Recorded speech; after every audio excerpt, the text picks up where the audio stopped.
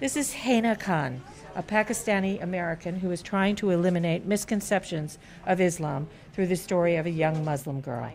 Her book, called AMINA'S Voice, is aimed at helping Americans understand what it's like to be a Muslim in the United States. So I think it's really important through storytelling and through a character that they can relate to and identify with and see themselves in, and realize that, oh, okay, this little girl Amina and her family isn't as different from mine as I thought, and her community and her friends and her family look very similar to mine.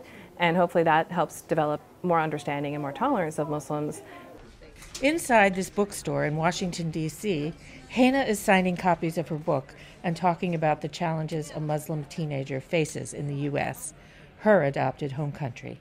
What happens here is that, the media tends to focus on the negative, unfortunately. We do only hear about terrorism, equating terrorism with Islam, unfortunately, and that becomes the dominant narrative, where people maybe who don't have as much understanding of their Muslim neighbors and friends, are hearing only about terrorism. For this teacher at a local Jewish school, the book is an important addition to her school's library. These are the best way for kids to, the second best way for kids to learn about other people and to gain empathy and understanding of other people who are different than they are. Meeting those other people are the best way, making friends and having conversations, but I think it's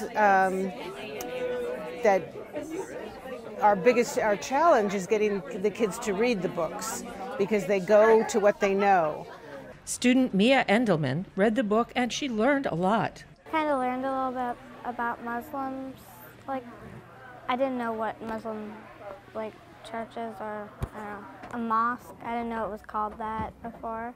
Really happy. Author Hena Khan says that finding a publisher was tough, but it seems her efforts are paying off.